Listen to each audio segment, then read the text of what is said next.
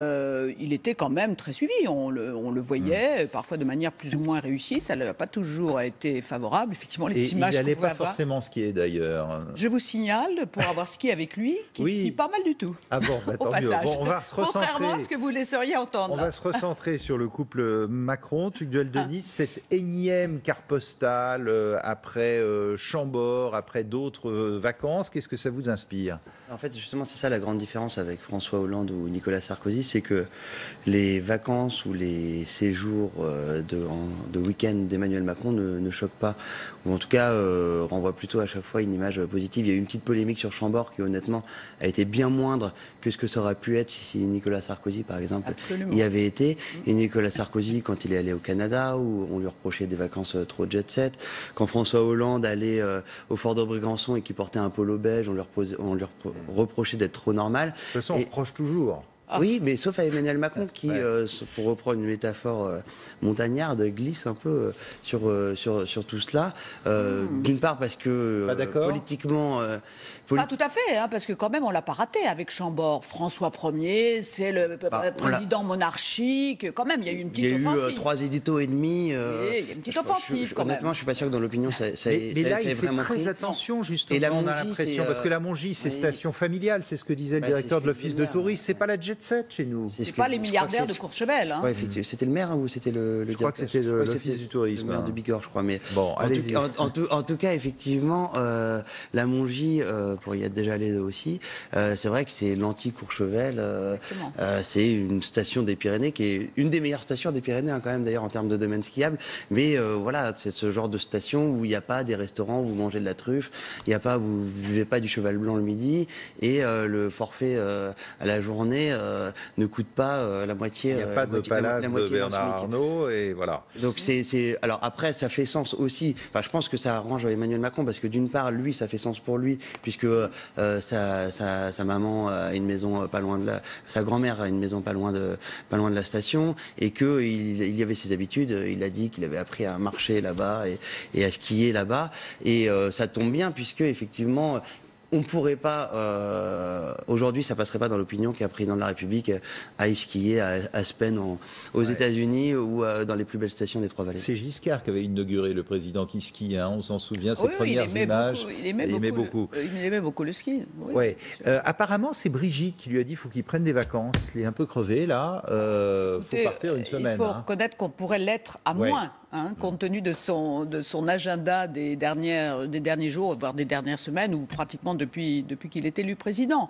On a le sentiment qu'il est tout le temps sur le ring, et c'est compliqué parce qu'il y a beaucoup de déplacements, les décalages horaires, tout ce qu'on sait qui fatigue énormément. Il a beau être parfois toujours dans de bonnes conditions, bien évidemment. L'avion présidentiel est confortable, c'est sûr, mais quand même avec des discours à chaque fois, des discours extrêmement travaillés, des discours fondateurs. On sait que la nuit, dans la journée, donc, il se livre à toutes ses obligations, et la nuit, il travaille sur le fond, il prépare ses discours, il envoie des SMS à ses collaborateurs. Ouais. Regardez ce titre, être là sans être là. Est-ce que c'est pas un peu ça aussi le double langage Macron? C'est d'un côté, non, mais c'est privé, ça regarde personne, machin, et puis d'un autre côté, il est partout. En fait, on a l'impression qu'il ne se refuse rien. Alors, il se refuse rien au sens où ses prédécesseurs, effectivement, étaient toujours sur le qui-vive, préféraient disparaître ou apparaître de manière très officielle. Et en fait, Emmanuel Macron, on a l'impression que, effectivement, il peut partir en vacances en le faisant savoir d'une certaine manière, et en même temps assumer d'être en vacances. Et effectivement, personne ne peut lui reprocher de prendre quelques jours de repos après une campagne présidentielle et puis 2 années bien actives, soit en tant que secrétaire général adjoint de l'Élysée, soit comme ministre de l'économie de François Hollande. Mais évidemment, il ne disparaît jamais. C'est clairement le personnage politique majeur aujourd'hui en France. Les leaders de l'opposition, Laurent Wauquiez vient d'être élu président des Républicains. Il a une cote de notoriété qui est pas encore extraordinaire. Alors, je parle même pas de sa popularité, il est pas très connu. Pas sûr qu'on suive Wauquiez à la neige, par exemple. On suivra pas Wauquiez à la neige. Les anciens dinosaures de la politique. Alors là, Ségolène Royal, par exemple, vient de faire la une de Paris Match. Mais vous voyez, il n'y a pas beaucoup de stars aujourd'hui dans la politique française. Et Emmanuel Macron. Donc la presse a besoin de ça, c'est ce que vous êtes en train de nous dire. La presse a besoin de ce couple, bien évidemment, très photogénique, photogénique, très cinématographique, et Emmanuel Macron joue un peu là-dessus. Et Brigitte, évidemment, a un rôle majeur. Vous disiez qu'elle lui avait dit de se reposer, mais on se souvient aussi que pendant le débat de l'entre-deux tours, c'est elle qui lui dit dans le documentaire qui avait été diffusé sur votre chaîne, enfin sur TF1 en tout cas, ne mange pas de chocolat, ne mange pas de cochonneries, etc. Et qu'elle drive un peu comme ça la vie quotidienne de son mari, mais aussi avec un rôle parfois plus politique. Donc effectivement, donc là, va respirer l'air pur. Allez, nettement moins glamour. On va vous retrouver, Pauline Rosenberg, devant la gare Saint-Lazare à Paris. C'est l'autre gros point de l'actualité en cette mi-journée.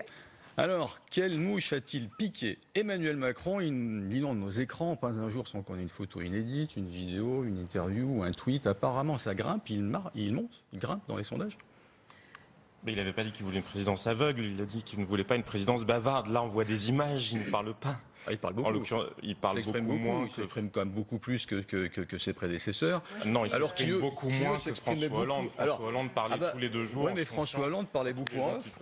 Il parlait beaucoup en off. Non, il parlait aussi quand il y avait des caméras sur n'importe quel déplacement. François Hollande parlait. On voyait François Hollande à la télé en permanence. Donc, je pense qu'objectivement, Emmanuel Macron, on le voit beaucoup, mais il parle beaucoup moins. Mais je pense qu'il est dans autre chose. Il est dans une tentative de dépolitisation.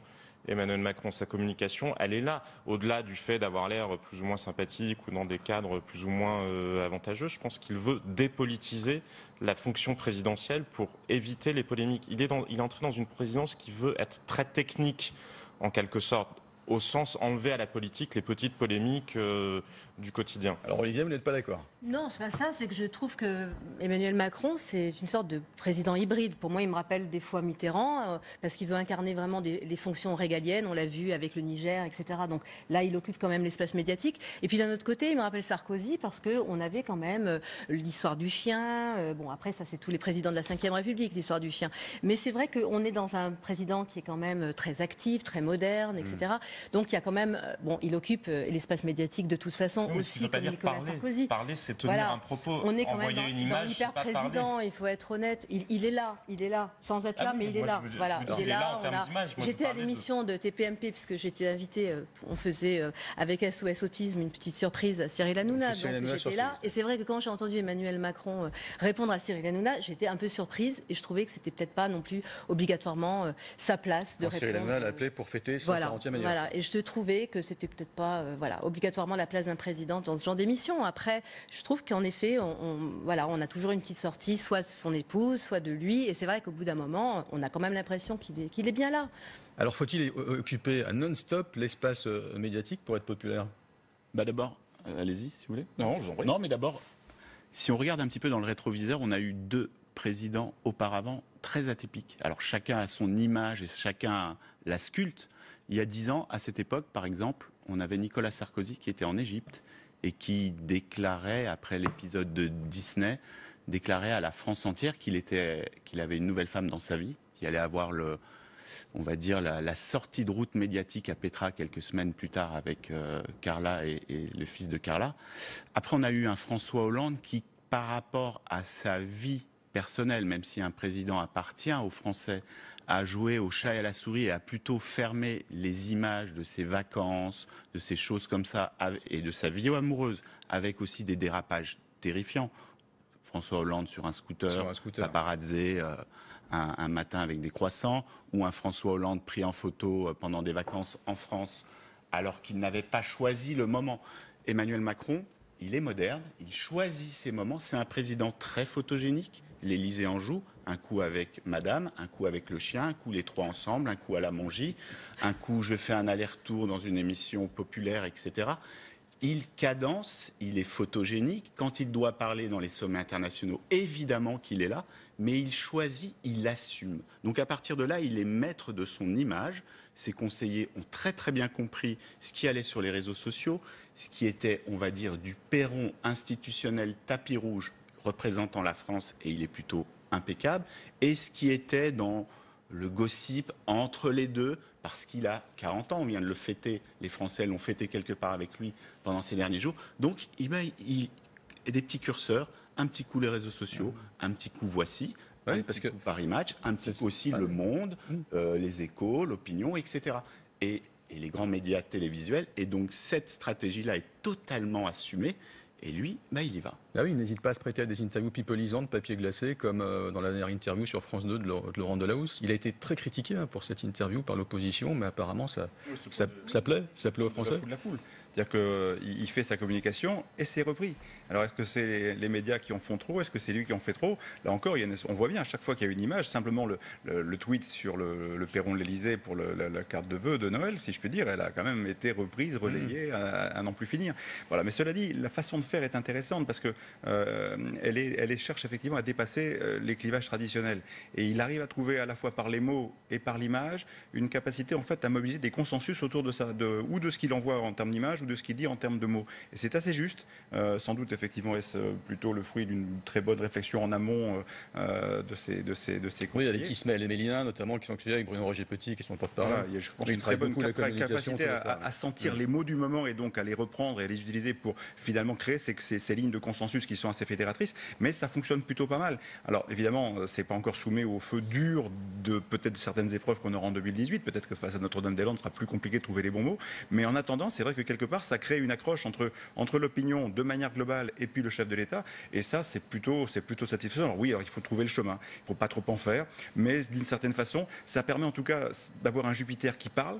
On reprochait trop à Jupiter de ne pas parler sur les 3 premiers mois de sa présidence, qui parle et qui essaie de faire de la pédagogie. Parce qu'au-delà du fait que c'est de la communication, ce qu'on peut peut-être effectivement critiquer quand c'est à l'excès, il n'empêche que c'est aussi d'essayer de faire de la pédagogie et de trouver des chemins pour intervenir devant différents types de publics et pour expliquer finalement ce qu'il fait et montrer qu'en tout cas, à défaut de tout expliquer, qu'il est là et qu'il fait le job.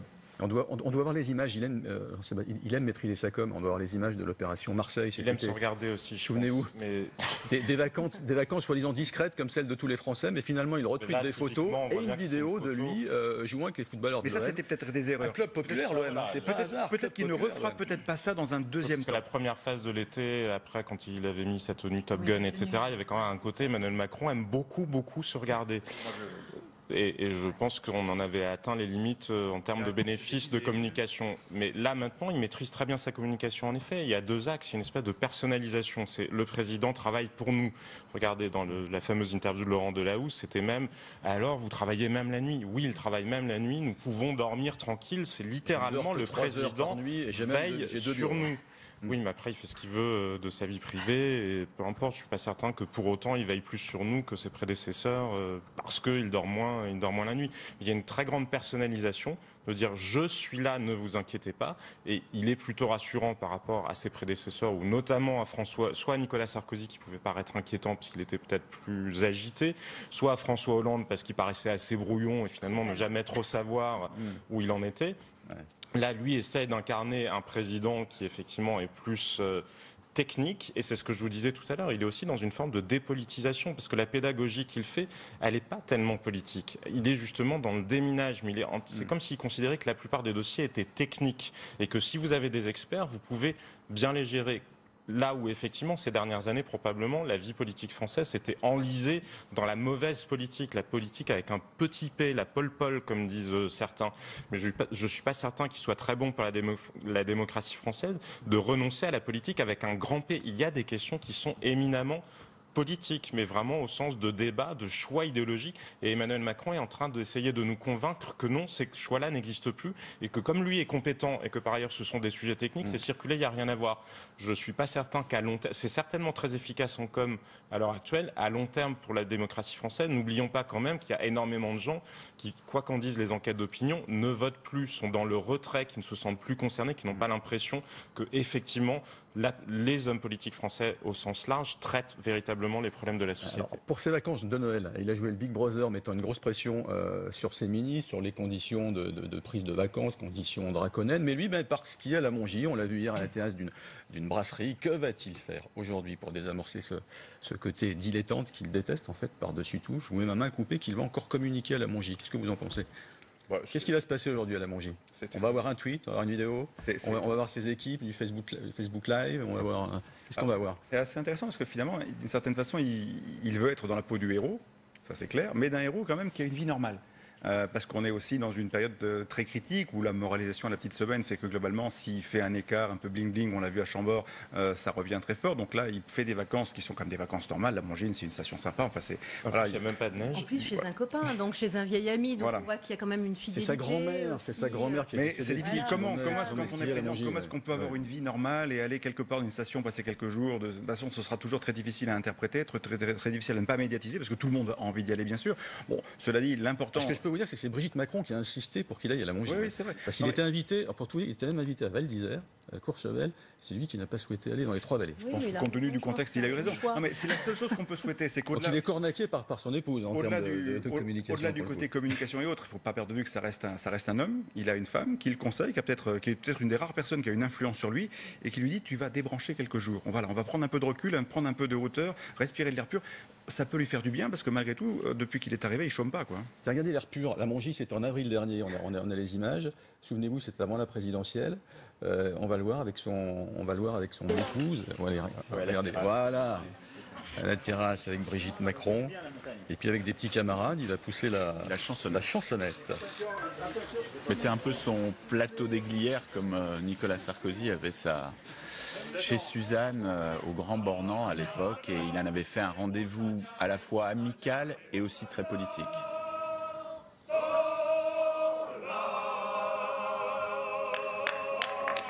Alors, avec Emmanuel Macron, on est quand même loin, je vous pose la question à tous les quatre, de la communication bling-bling de Nicolas Sarkozy, du yacht Bolloré, Olivia. Oui, c'est vrai. Et c'est pour ça que Chambord n'a pas très bien fonctionné, parce que je crois que les Français. En même temps, Chambord, oui, mais il ça loue un gîte. Oui, il loue un gîte. Sûr, mais malgré tout, l'image n'a pas été la bonne. Et donc, voilà, je pense que Brigitte, elle est quand même, moi qui ai eu l'occasion de la rencontrer, elle est plus proche des gens. Je pense qu'elle sent mieux ce qui va plaire. Voilà, le petit côté populaire qui va peut-être plus toucher les gens. Donc, on peut tous louer le gîte. Oui, mais voilà, mais je pense que voilà, donc c'est normal qu'elle lui ait conseillé ça. Après, il ne faut pas que ça devienne non plus de la télé-réalité, qu'on suive le président en vacances. Voilà, bon, donc j'ai hâte de voir la vidéo de tout à l'heure, parce que voilà, faut pas qu'on tombe dans une espèce de télé-réalité aussi présidentielle, parce que ça deviendrait peut-être un peu lourd. Stéphane ? Pour revenir un peu déjà sur ce qui a été dit, sur la communication bling-bling de Nicolas Sarkozy, il faut faire quand même un petit distinguo à l'époque, c'est que tout ça existe avant qu'il devienne président de la République. Il y a les fameux 10 jours où il gagne l'élection avant d'être investi. Effectivement, il y a l'épisode Malte, Bolloré, le yacht, etc.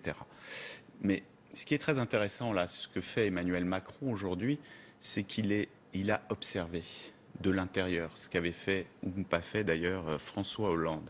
Et aujourd'hui, effectivement, on a un jeune président qui a 40 ans, qui est dans l'air du temps. Donc effectivement, il joue, et en fait c'est un tirailleur en permanence. On lui a reproché de ne pas assez parler, de ne pas faire assez de télé. On lui reproche aujourd'hui de presque poster des cartes postales tous les jours, c'est le cas de le dire. Donc c'est un trublion, il y va. Il a fait quelque chose quand même d'assez remarquable par rapport aux 10 dernières années. Il a dévissé dans sa cote de popularité, il a remonté. Plus 6 points dans les sondages. Jupiter nous envoie sa petite carte postale et il va parler aux Français le 31 décembre, probablement. Il va ensuite être confronté à une rentrée, qu'on le veuille ou non, celle des vœux très importante. Et ça se prépare. Prochain Conseil des ministres, c'est le 3 janvier aussi. Voilà. Mais après, il y a toutes les cérémonies des vœux où il va parler au corps constitué. La défense, la justice, les autorités religieuses, les ambassadeurs, etc.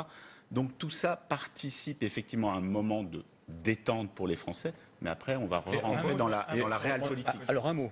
Pour dire quand même que l'intention de Nicolas Sarkozy, c'était pas de faire du bling-bling, c'était de réconcilier les Français avec l'argent, avec la réussite, et qu'il a voulu le faire, et que c'était son point de départ. Après, il s'y est mal pris, il n'a pas trouvé les bons mots. Mais c'est vrai que c'était ça l'intention. Et juste là, parce qu'on voit qu'Emmanuel Macron est très inspiré de la communication de Barack Obama. L'interview de Laurent Delahousse était exactement calquée sur une interview de Barack Obama. Alors on va voir si Brigitte Macron sera à ses côtés pour les vœux, parce que pour les premiers vœux, Michelle Obama était aux côtés de son mari. Mais il faut aussi se rappeler que toute la communication communication du monde et toute la coolitude du monde ne font pas de vous un grand président. Regardez le bilan de Barack Obama, notamment en matière de politique étrangère. Il y a un moment où de toute façon vous êtes quand même rattrapé par les faits. Et s'il suit les conseils d'Obama, peut-être qu'il renoncera au selfie. Et on arrête. Je crois qu'on a fait le tour avec Emmanuel Macron. C'est un peu passé inaperçu ce week-end avec les fêtes de Noël, mais je voulais revenir sur la charge terrible de Benoît Hamon, le candidat socialiste à la présidentielle, qui dans le JDD a accusé le gouvernement Macron-Philippe de mettre en place des mesures indignes en matière de politique migratoire. Hamon juge infâme la circulaire demandant au préfet d'envoyer des équipes mobiles pour recenser les migrants dans les centres d'hébergement d'urgence. Macron, droit dans ses bottes concernant sa politique migratoire. Souvenez-vous, ces mots en novembre dernier lors de son voyage en Guyane et récemment à sa sortie lors d'un restaurant du Cœur interpellé par une jeune femme. On l'écoute. Des règles pour donner les papiers. Oui, je sais. Et donc il y a des gens qui demandent l'asile qui évidemment l'ont s'ils sont menacés chez eux. Mais après, vous voyez la situation qu'en Guyane, on ne peut pas donner des papiers non plus à tout le monde. Mais on ne peut pas accueillir tous les gens qui viennent sur des visas ou de commerce ou d'étudiants et qui restent après. Donc après, il faut retourner dans son pays, je vous le dis franchement. On prend notre part, mais on ne peut pas prendre toute la misère du monde, comme disait Michel Rocard. La politique migratoire, justement, est-ce que ça ne risque pas d'être le talon d'Achille de Macron, peut-être même le seul os à ronger pour son opposition de gauche? En tout cas, ça donne un os à ronger à M. Hamon. Après, c'est très tactique. Les questions qui touchent à l'immigration, c'est un vrai gros sujet sur lequel moi, personnellement, je regrette qu'on n'organise pas un vrai débat de fond, parce que la question de savoir, c'est dans quel pays allons-nous vivre demain et après-demain, comment est-ce qu'on va faire avec cette diversité qui se construit, qui est en marche, si je puis dire. Là, il y a un vrai sujet. Bon, là, c'est pas ce qu'a choisi M. Hamon. Il attaque sur un point très précis, il le grandit. Vous savez, Hamon, il est sorti comment des primaires de la gauche? Il est sorti parce qu'il était le mieux disant, si je puis dire, avec notamment son revenu universel, ce qui lui a permis d'exister davantage par rapport à ses concurrents. Là, voilà, c'est, je pense, beaucoup plus tactique qu'autre chose. C'est d'essayer de fédérer derrière lui une gauche éventuelle qui pourrait se mobiliser, qui n'est pas celle de M. Mélenchon, pour essayer de retrouver un peu de statut. Et voilà, c'est de la politique politicienne.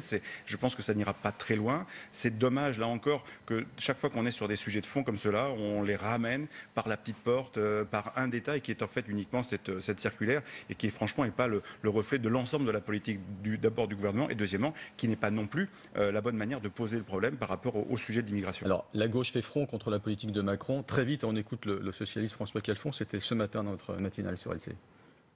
Je pense qu'il n'est pas vraiment adéquat, finalement, d'aller dans les centres d'hébergement, trier ceux qui sont là. Je pense surtout que les Français ont besoin des socialistes. Quand je vois le comportement, finalement, de M. Collomb par rapport aux migrants, je ne crois pas que M. Cazeneuve envoyait les fonctionnaires du ministère de l'Intérieur trier les migrants dans les centres d'hébergement. Alors quand on est dans l'opposition, finalement, est-ce qu'il ne faut pas être brutal pour exister face à Macron? On se souvient aussi des propos de Laurent Wauquiez, qui avait qualifié le président d'enfant capricieux, d'adulte arrogant, qui avait même dénoncé sa haine de la province. Il avait fait mouche et Macron lui avait même implicitement répondu dans l'interview de Laurent Delahousse sur France 2. Alors est-ce qu'il faut être brutal, est-ce qu'il faut être caricatural pour atteindre Jupiter? C'est l'espèce de posture d'indignation de la gauche, moi, qui m'horripile, parce que voilà, il se saisit de ce sujet parce que c'est son fonds de commerce finalement, le fonds de commerce quand même de la gauche et de l'extrême gauche. Donc c'est un petit peu facile parce que je trouve que d'abord il parle de tri. J'ai pas l'impression qu'Emmanuel Macron veuille trier les migrants, mais veuille au contraire recenser, pas de façon administrative, parce qu'il nous agite souvent le recensement de l'époque de 40, donc on n'en est pas là. Ils font pas ça pour ça, ils font un recensement pour pouvoir mieux prendre en charge les personnes, ce qui est plutôt bien, parce qu'aujourd'hui on a un vrai problème en France avec le recensement, on ne veut jamais faire de recensement, et du coup on ne peut pas répondre aux besoins des gens. Donc c'est valable pour les migrants, c'est valable pour les personnes handicapées, pas de recensement. À un moment donné, il faut faire un recensement pour pouvoir répondre et prendre en charge ces personnes, savoir combien d'enfants, combien de gens sont malades, etc. etc. Donc je ne pense pas qu'il y ait dans la volonté d'Emmanuel Macron de trier les migrants, mais bien au contraire, de pouvoir répondre et de bien prendre en charge ces gens qui arrivent chez nous et dont on est responsable, oui. Alors dans cette interview du JDD, Hamon il va fort, puisque pour lui cette politique est encore pire que celle de Nicolas Sarkozy. Oui, mais bon, ça n'a pas grand... Non, mais je trouve que c'est totalement absurde politiquement, parce que je ne crois pas du tout que ça va être ce qui va faire exploser la majorité de M. Macron, ni même lui causer beaucoup de problèmes avec les Français, parce que je pense qu'il a très bien compris les hypocrisies qu'il y a dans notre pays sur le sujet, et que même les électeurs de gauche, en général, sont d'accord avec le fait que nous contrôlions l'immigration. Donc essayer de faire passer ça, vous le rappeliez, Olivia, pour une espèce de retour à 1940, c'est juste, mais totalement, mais totalement absurde.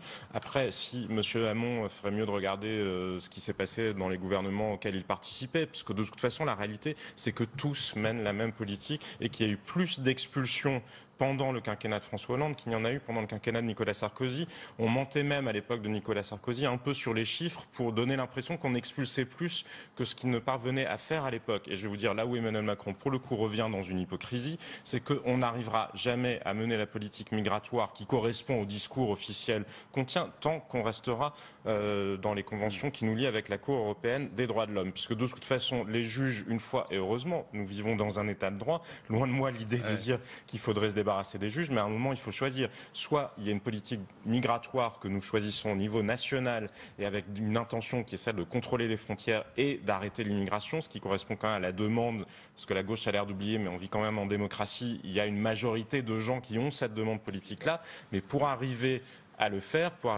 nous ne pourrons pas le faire tant que nous sommes tenus par justement la jurisprudence de la Cour européenne des droits de l'homme. Donc après, on peut choisir, on veut l'un ou on veut l'autre, tant qu'on continue à faire semblant de pouvoir avoir les deux en même temps. Non, on ne peut pas toujours être en même temps, même si ça a très bien réussi à Emmanuel Macron en termes d'opinion. Alors une dernière question pour Benoît Hamon, c'est la politique de la délation.